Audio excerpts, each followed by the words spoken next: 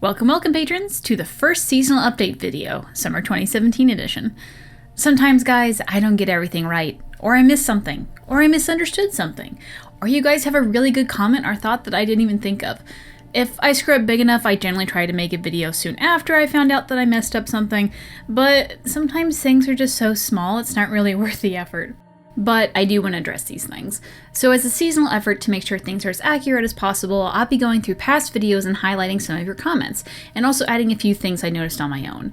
In this video, anything that was made before the first day of fall, which was September 22nd, I'm going to take a look at. So let's start off with my very first video. The Thedas Calendar.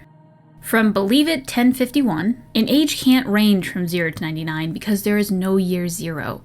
The divine age starts at 1-1. 100 years, counting 1 as the first, would be 1/100. The next year would be 2-1. Furthermore, Codex entries refer to 930 Dragon as the 30th year of the 9th age. If an age were to begin at 0, then 930 would be the 31st year, not the 30th. So here's the thing. This is mostly correct, but I also stand by what I said. This goes under one of those things that BioWare just can't seem to make its mind on. Pretty much all the information on the making of the Chantry states that the first date in its calendar is 1-1 Divine. But there is a year 0. World of Thedas has both the Tower's Age and the Black Age having a 0 year, as well as mentioning that the ages have 100 years, not 99. There has been no mention of an age number of 100th year. But this does seem to be a retcon thing. Although DAO mentions that the ages were 100 years, there is no mention of a year 0 until the World of Thedas comes out, at least that I have noticed. And yes, that does mean that them referring to the 30th year of the 9th age would mean 931. And honestly, they probably didn't realize this when writing it at the time. Perhaps you could say that they were referring to 931 at the time, except for a lot of the instances that it's used, it's before the year actually happened yet. I blame this fuck up on BioWare, but I will admit I should have said something about it in the video. From Dark King 009, what is Dorf's calendar? And then later, Imperium calendar most likely because of the ally. This is a comment I actually replied to, and I got it wrong. At the time, I couldn't find any information on Dwarf calendar because I was just being too literal in my searches. It's my first video, guys, I need to work out the kinks. At the very least, Dark King 009 ended up being correct. We have a Codex entry Caradin's journal in which he denotes the years by both the Tevinter Imperium year and how long his king had been ruling. At this point, when the journal was written, it's about 250 years before the beginning of the Chantry calendar, and a little under 1,000 years after Tevinter forged an alliance with the Dwarves. At a complete guess, I would say that before the Alliance, the Dwarves used to measure years by their rulers, much like Caradin does in his journal. I'm unsure if they still use the Tevinter calendar, as Orzammar is, well, now very far away from Tevinter, but it is possible. I just haven't noticed any Orzammar Dwarves using dates in anything yet, but if you have seen something, let me know. Dark Fire Ice says, where does Thedas' month of August name come from? Ours is the name of the first Roman emperor. What's theirs? And just now recording the audio, I find out that someone actually posted a comment about the right information on this. So thank you to Ketura G, I hope I pronounced that right. This is a holdover from development on Dragon Age when Andraste, the Christ figure around which Andrastianism was founded, was going to be called Augusta. Info from David Gator's Tumblr archive. So you may be asking, David Gator has a Tumblr? Well, no, he had a Tumblr. Essentially what the story is, he set up a Tumblr where he would block fans' artworks, and then he would also answer questions from the fans, but he was getting harassed so much online, he just didn't want to put up with it, so he left. We do have the complete archive of his Tumblr, which might be a little bit creepy, but that's that. And anyway, here is what he says on the Augusta issue. Point of trivia. The list of months in the world of Thedas was lifted from a really old document that Ben Jalanis found in our online wiki. How old? Well, this dated back to an early time when Andraste was named Augusta. I don't recall why we changed her name, but the month was essentially named after her. And now it isn't. So what is it currently named after? I have no idea, but it wouldn't surprise me if they retconned this to be Andraste or something. Anders' father. From Rebecca Hamilton, actually he lived in Crestwood for 50 years. You hear two people talking about it when he takes off. So I have no idea what villagers this person is talking about, and after stumbling through Crestwood for a while, I was unable to find them. But let's assume this is true. What this changes about the video is that if the mayor of Crestwood is Anders' father, that would mean that Anders is from Crestwood. But that means that, unless he is exactly 50 years old, the mayor isn't from the area. Perhaps because he is from Manderfels? But really, I make a point to bring it up because I mentioned that Crestwood is described as a trading village and that Anders is from a farming village. So I made a guess that maybe the Crestwood mayor isn't from the area and moved to it later after Anders is born. If this statement is true, it means that Anders would have to be from Crestwood. Also, if you have a clip of the villagers saying this, or even just a screenshot of the subtitles, I would greatly appreciate it if you send it my way. The Void. From Set the Evil, I kind of like Ancient Devinder's take on the concept of the Void that you find on the Staff of the Void from one of the Frost High Dragons. There is strength in absence. Absence of weakness and of limitation. Absence of caution and of mercy. The Void has always been within. Seems fitting considering what caused the downfall of the 7 Magisters in the beginning. So this was actually my first draft of the episode, but I cut it out because I just didn't see how it connected with the rest of what is known in the Void, and I regret that now. After the episode came out and I thought about it more, I realized that this may be another "the stone lives beneath or lay" thing. The Void has always been within. At the end of the video, I draw the conclusion that the Void is probably a place, and it could either be in the Fade, the Deep Roads, or even both. This small sentence throws all of that out the window and suggests that the Void is, well, it could be many things. A thought, a way of being, blood. I'll let this sit for now because I'm not even sure what to think of it myself, but I will say this. The saying is supposed to be from Ancient Tevinder, and I hope we get to know more once we go there. Also, the staff model is the same one used for Pyre of the Forgotten, the staff that once belonged to someone that worshipped one of the Forgotten Ones. Just a thought. Easter eggs. From Amanda Smith. Late to the party, but Baby Got Back came out in 1993. Correction, 1992. See guys, this is what happens when you don't look shit up. Y'all watch me from a Dragon Age, not my music history. Honestly though, I think I was just so confident in my memory that it came out in the early 2000s that I didn't even bother Googling it. My bad. The Vallaslin and the Dalish creators. So no one actually commented on this, but I honestly didn't notice it until actually a few weeks ago. In the video, I say this.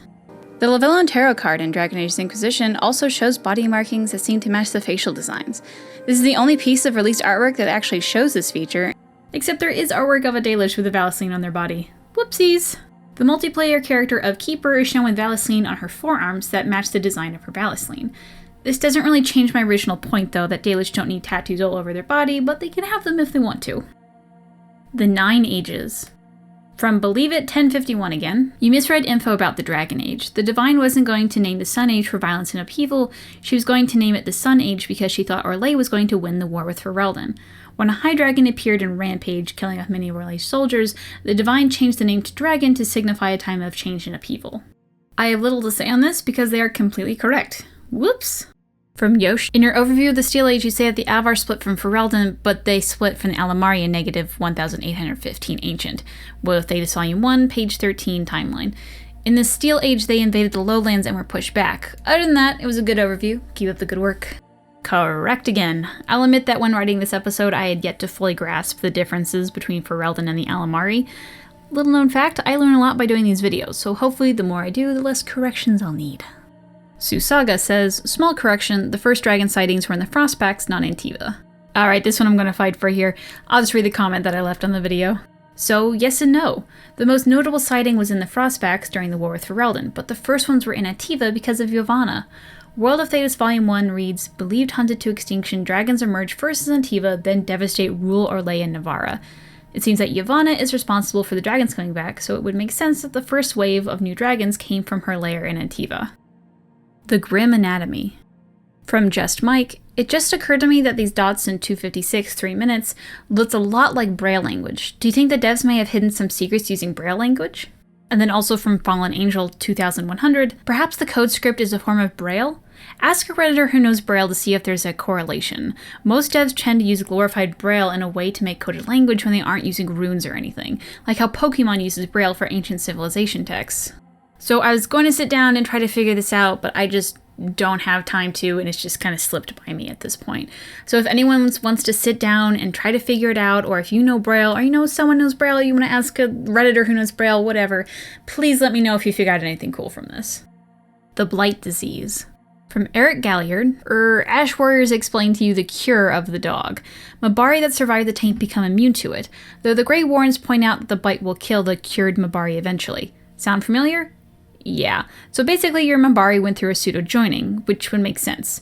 The OG Grey Wardens had to figure out how to become immune to the taint. Maybe this sort of pseudo-joining happens all the time in nature, but is very unlikely, lethal as it is, the joining proper might be the safest way to achieve this immunity. Why is more common in Mabaris? Probably because despite being warhounds, they were magically bred. Maybe despite being plain looking, they are technically a magical creature like elves. What do you do in DAO is not so much cure Darkspawn from the taint as help him adapt to it. Which does make me wonder, can a tainted Mabari kill an archdemon? So yeah, I completely forgot that the Ash Warriors even say anything, and I went and dug out a clip of them saying what he's talking about here. The hunt will be good if my hound survives the blood of his prey. If he dies, I shall mourn tonight. Darkspawn blood is poisonous, but not always fatal. Those who survive grow immune to its effects. The wardens say the tainted blood drives even the survivors mad eventually. But not today. Today, we hunt and we kill. And I'll be honest, this explanation still really sucks. But thanks for pointing it out. The Laws of Magic. From Capitan J. Deja Vu. The magic rules are written by the Chantries, so there is much they don't know or even want to suppress. So I sort of love this comment, like, in all honesty, because it brings a way of thinking I didn't think of. This is also why I started reading out codex entries, because the way the corresponding codex talks about it makes it more clear than I did in the video. The laws of magic aren't written by the Chantry, but rather stated as laws because no one has found ways around them. So think laws of physics here than actual laws. That being said, a major point in the video was talking about how some of these we have actually seen broken in game. So the laws might not be as strict as we see it, but the point still stands that the Chantry didn't create these laws to suppress. It was created by mages, some even in the Deventer Imperium, because they thought it impossible. From Isaac Ruthenberg, I've always been interested in the difference between Circle and Dalish magic. Solas mentions a few times that the Dalish and Circle magic are different, saying it's more subtle, practical. Might be a good idea for a video maybe? And then also from Gabrielle Calabrese. What about hedge magic? No mention at all? What a pity. So these two are sort of related, so I'm just bunching them together. Hedge magic is just magic learned outside the Chantry. It's not really new magic. The same goes for Dalish magic. I want you to picture magic like artwork for a moment. Think of Circle mages like those who are classically trained in painting. These people have a similar skill set that have been passed down from generations of people who have come together to perfect the skill of art. Both Dalish and hedge mages are like those who are self-taught in their artwork. Their process may be more sloppy, but more interesting things can come from a new perspective. Dalish magic is also said to be more focused on day-to-day subtle magics rather than the high-concept stuff that the Circle works with. For example, a Circle-trained mage is more likely to know how to summon a small wisp or drain life force from a person, while a Dalish mage or a hedge mage is more likely to know how to heat things up when it's cold and heal others when hurt. Hedge mages are more of a wild card here, as it kind of depends on the person and even the culture.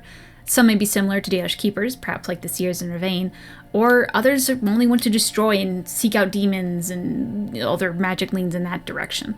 Some don't even want to use their powers at all, so they just ignore it. It all just kind of depends. I guess what I'm trying to get at here, the Laws of Magic video was all about things that apply to all mages. All of them. All of them have the same pool resources that can draw from. All of their spells can be divided into those categories. All of them can't break these simple rules. Well, we thought at least, but that's a whole nother story. But it wasn't about the different types of people who use magic. It was about the magic itself. From Connie Bovingdon, what about time travel magic? Because that totally happened. As much as I honestly love the In Hush Whispers as a quest, oh boy, introducing time magic was a terrible idea. So they do actually explain how it worked. Sort of. The TLDR is that Dorian and Alexius were working on it the entire time, but it never actually worked. Then the breach happened. Alexius on his own was able to figure out that the power of the breach, he could make time travel work. This is also why there's those weird, slow up, slow down things near the Fade Rifts in Redcliffe. It stated that it could only work to edit time from when the breach was open, and it couldn't go back farther than that. Now with the breach closed, it probably won't work again either. This sort of makes sense, as it is described that there is no time in the Fade, so as more Fade leaks into the world, you will be able to tap into that and change your position in time. This does bring up the question that if Solas is able to bring down the Veil, would he actually literally be able to bring back Arlathan? Time travel does really fuck up Arlathan though. Why did the Evanuris not use it to win more battles against Fen'Harel? Or maybe they did, and that was how they were going to destroy the world, as Solas does mention that it really messes with the fabric of reality. Again, it's a big mess now, and it's never going to be brought up in the series again after this. The Dwarven caste system. From Vashoth Ariadar, Lamau, 7 doors, 7 caste systems, crying emoji, crying emoji, crying emoji, another Easter egg. Wait, what are... Oh... I get it. Anders was used. From Octafluoride, my favorite headcanon/theory about Anders was used were from Anders writer Jennifer Helper. In a podcast, she said that spirit/demon are way more devious than what most players believe, and in Helper's rejected idea for DA2 DLC, I believe it was the cancelled Exodus DLC, where during the DLC, Hawk met Justice, but is still in Kristoff's body, and had no idea what you were talking about when you brought up him merging with Anders. That is when the player realizes that Anders was tricked and possessed by a demon the whole game. And then he gives a source of Fresh Up Tokens Podcast, 8/31/2016, 40 minutes in, 20 seconds. I just thought this was an interesting tidbit. Now, they didn't go with the idea, so it isn't canon, but what could have been? Tug and The Stone. Another one that didn't have a comment, but I want to address. In the video, I say that the reasoning behind me believing Tug was from Kal Sharok was because War Table missions in DII for Kal Sharok was in Orlais. Stone leaves beneath Orlais, blah blah blah. Except it's just actually on the map. I didn't even know how I missed this. But anyway, I'm sort of correct. It looks like it's on the border of Orlais and the Anderfells. Kal Sharok was rediscovered in 912 Dragon, which is way before Liliana's song. So while people knew the Tug existed, no one was allowed to go there. Perhaps Tug was a spy or just a casteless runaway, or he has no connection to Kal Sharok at all. I don't know. Sera is more than she seems. I just have so many comments here that I don't even know what to do with it. And okay, my god, this video got a lot more popular than I thought it would. How is this my most popular video? Anyway, now I do mention in the video that I left out a lot of things because there are so many variations on the theory, and literally everyone came out of the woodworks to add more to or against the theory. I'll be honest guys, I'm not going to go over every piece for this one. This 100% has to do with me just hating the theory, and I'm not even going to hide it. I hate this. It's awful. I honestly believe that Sera being special takes away from her character, and I just know that my contempt for the subject is just going to come out in any form, and I don't think I'd be able to do it well. So if you want to know more about it, the comment section in this video has some really great and well-argued points, and I recommend you check them out. Nations of Thedas. This one had me geeking out a little bit. So in the video I say this. Not much else is known about the island, but it's said that the Grey Warden's famed ride, the Griffins, have come from here.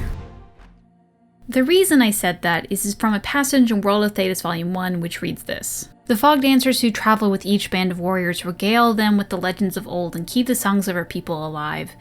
They say that the griffins of the Grey Wardens came from Saharan. They tell us of the ancient curse of Nahar that brought the fog, and the promise that will one day lift it.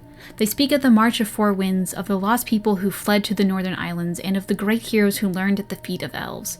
Are the old tales true? We may never know. All that remains of the land Saharan once was is gone, but I know we will make them true someday.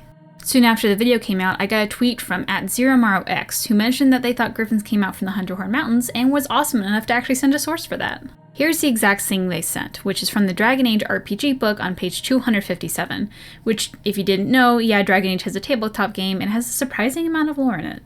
Anyway, at this point we have two different sources reading two different things, so I did what any responsible journalist, I guess, would do. I tweeted at the head writer of Dragon Age series, Patrick Weeks, and he was actually kind enough to respond. And this is what he says. It's a they say, so not totally clear for now. Maybe revealed more clearly someday. So at least in this point in history, they're from both or neither. Who knows? Ferelden. Shadowhell says, you forgot the relationship between Ferelden and the other nations. I mean, I guess I did. I thought I got the point across that Orlais and Ferelden hate each other, and that's pretty much all we really know. But at this point, it sort of comes down to the fact that we don't have a large knowledge of everything in the world of Thedas, and this is one of them. And it also comes down to the choices you make. Orlais and Ferelden obviously have a long-standing feud with one another, and Empress Selene and King Cailan tried to fix that before he died. And after his death, Empress Selene is actually very pro-peace with Ferelden. But Gaspard is not, so it depends on who you choose there. Anora is also said to be much better with politics than Alistair, so that relationship sort of rides with you. The rest of Thedas sees Ferelden as the baby, barbaric, country bumpkin nation, as it is the newest one. Other than that, we don't really have that much of politics with Ferelden and other human nations. Solas. No Fun Allowed says, regarding the fall of the Dales, there is a side quest in the Emerald Graves that deals with the start of it. An elf fell in love with a human woman from a village near the edge of the Dales, Red Crossing. The elven man's sister convinced her fellows that the humans were turning her brother against his own people, so the elves rode out to the village to get their fellows back. The elves' human lover saw the other elves coming and was killed, but her screams roused the other villagers who were also killed by the elves. This massacre started the whole shebang with the chantry and ended with the second elven nation being brought down. And while this comment is true, the Red Crossing was a symptom that caused the downfall of the Dales. If the Chantry and the Dales were at peace and some random town gets attacked in a misunderstanding, I doubt the Chantry would have called for an exalted march. Because, oh look, they didn't do that with the Canary in Dragon Age 2. The Red Crossing didn't start the strife between the Chantry and the Elves. The Dales fell because they didn't follow the call to help in the Blight and ignored their allies for help. They were too prideful in their nation and thought they didn't need the humans to stand on their own. And yes, the Chantry didn't help either, but the Elves made the first move in this. The Red Crossing was just the straw that broke the camel's back. Also, I forget what the comment was, or if I saw it and they deleted it, or whatever, but someone had a comment about what I said during the opening for this video. It's highly edited to get the point across and to fit with the musical timing, but it's from the Fen'Harel the Dreadwolf Codex entry, and here is that bit in its entirety. There is precious little we know about Fen'Harel, for they say he did not care for our people. Elgonaut and Mythal created the world as we know it, and Drul taught us the ways of the hunter, Solis and June gave us fire and crafting, but Fen'Harel kept to himself and plotted the betrayal of all the gods.